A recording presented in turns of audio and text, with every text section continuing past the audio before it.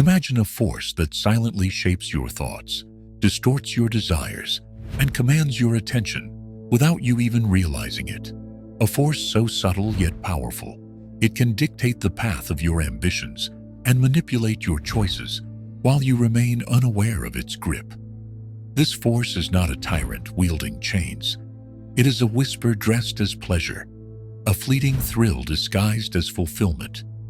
It promises satisfaction, but often leaves behind emptiness. It masquerades as freedom, but quietly tightens its hold. This force is desire. Desire, when left unchecked, has the power to topple empires, destroy the will of the strongest, and leave countless lives in quiet disarray. It feeds on your attention, consumes your thoughts, and leaves you restless, always reaching, always craving, but never truly arriving. But what if overcoming this force is not just possible? What if it is the single most liberating act a human being can achieve? This is not a call for suppression. This is not about demonizing desire. It is about understanding it, about reclaiming the power that is rightfully yours.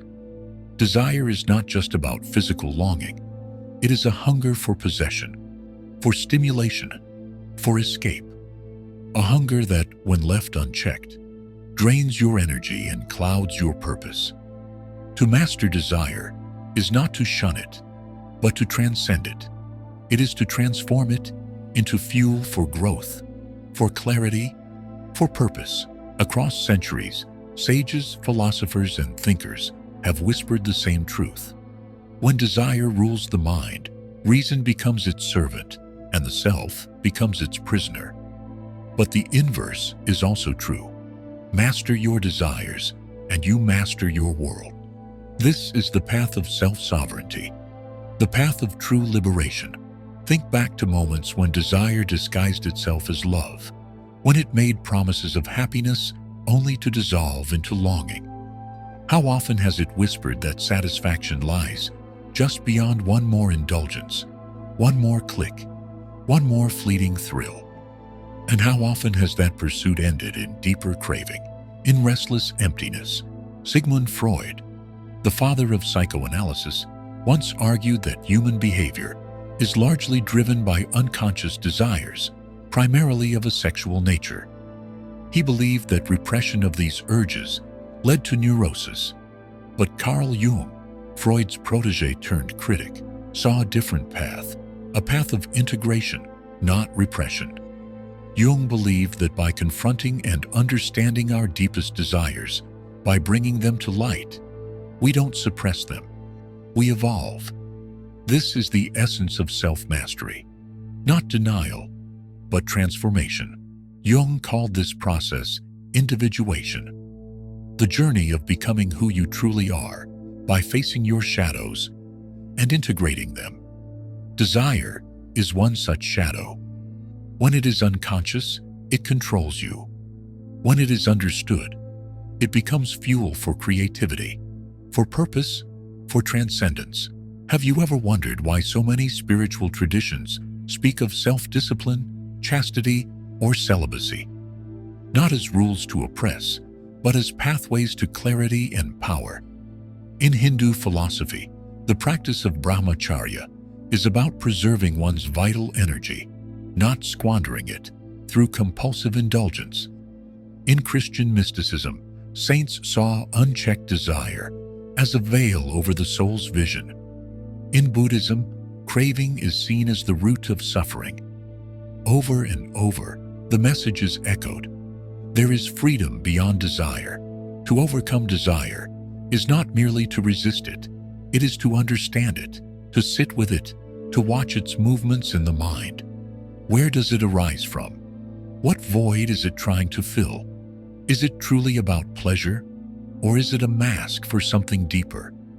Fear, loneliness, a sense of lack.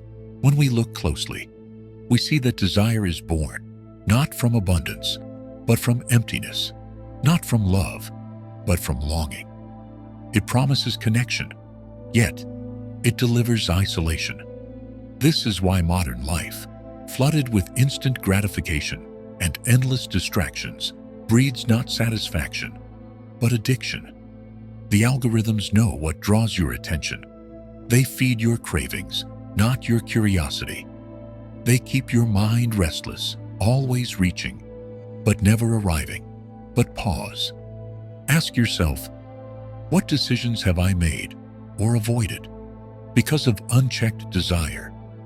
What paths have I wandered down because I was led by fleeting urges instead of grounded purpose?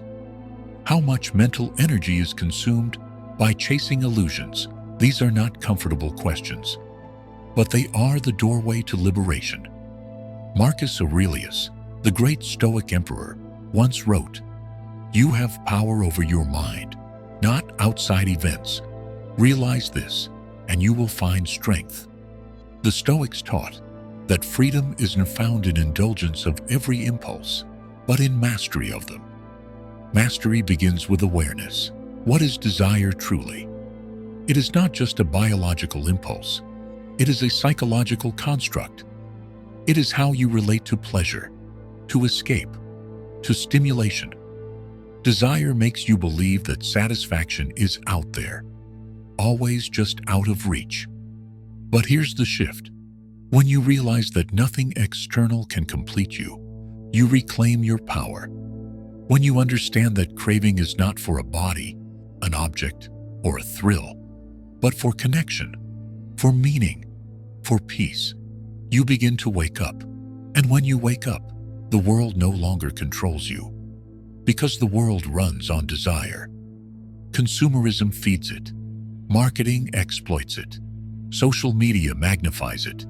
Desire keeps the machine moving and keeps you distracted from what truly matters: your purpose, your peace, your presence. You were not born to chase shadows. You were born to become light. So I ask you, what would your life look like if you were no longer ruled by fleeting desires? What kind of person would you become if your mind was free from constant craving? This is the invitation, not to suppress desire, but to transcend it, not to escape craving, but to alchemize it.